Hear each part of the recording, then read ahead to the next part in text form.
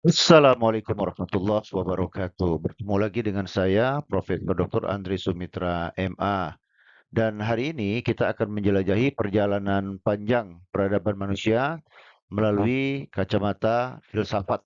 Kita akan fokus menelusuri bagaimana pikiran manusia berevolusi dari masa ke masa. Filsafat itu seringkali disebut sebagai mother of all sciences, ibu dari segala pengetahuan. Mengapa?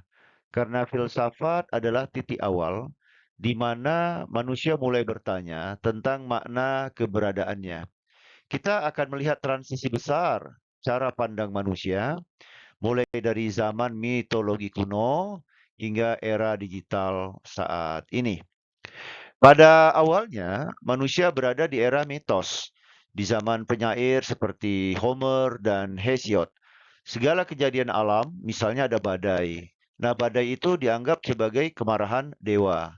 Panen gagal, itu dianggap sebagai juga kemarahan para dewa.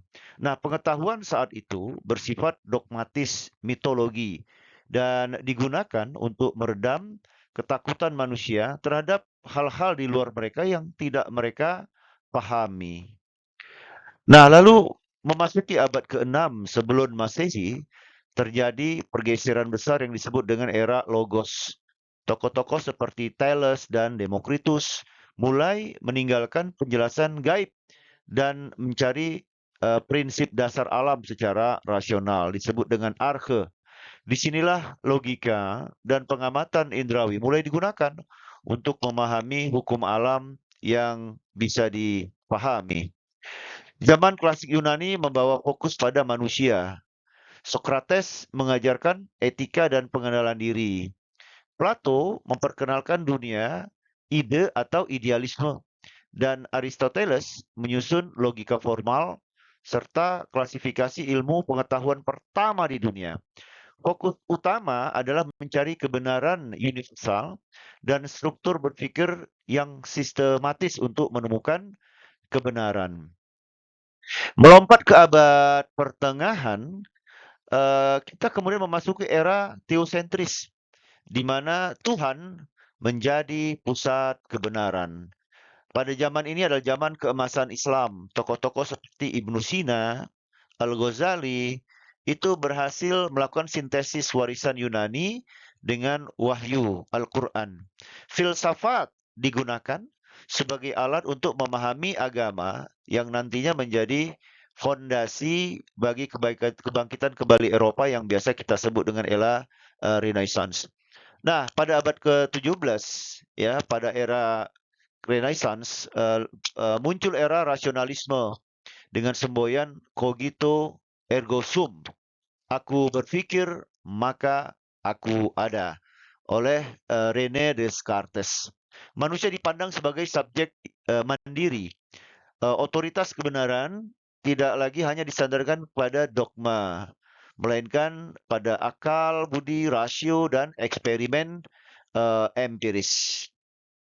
Seiring revolusi industri, pikiran manusia bergeser ke arah ekonomisme. Adam Smith ya memperkenalkan pasar bebas, free market. Lalu Karl Marx melihat sejarah manusia ditentukan oleh pertentangan kelas dan produksi. Nah, di era ini nilai kehidupan manusia mulai diukur dari dimensi material dan ekonomi. Memasuki abad 19 dan 20 Masehi, para pemikir seperti Max Weber, Durkheim menyadari bahwa manusia bukan sekedar makhluk ekonomi, tapi juga makhluk sosial. Menurut mereka, perilaku manusia dibentuk oleh birokrasi, budaya, etika kerja, dan struktur masyarakat yang semakin kompleks. Pasca Perang Dunia, muncul kegelisahan terhadap sistem yang ada karena dianggap sangat kaku. Muncullah eksistensialisme yang dipelopori oleh Nietzsche dan Sartre.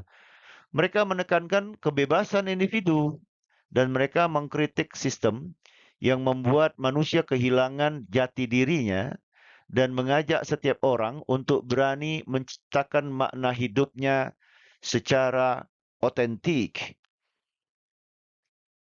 Terakhir, kita berada di era digital saat ini. Tokoh kontemporer seperti Yuval Noah Harari menantang kita. Apakah di era ini kehendak bebas manusia masih relevan di tengah gempuran algoritma dan AI, artificial intelligence? Ini adalah titik refleksi. Apakah teknologi akan memperluas cakrawala berpikir kita, atau justru pikiran-pikiran kita akan digantikan oleh algoritma dan AI? Ini merupakan kisah perjalanan evolusi pikiran manusia. Mudah-mudahan bisa menambah perbendaharaan pemikiran keilmuan kita, bahwa cara kita berpikir tidak lahir dalam satu malam, tapi lahir dari evolusi yang panjang. Wallahu a'lam bishawab.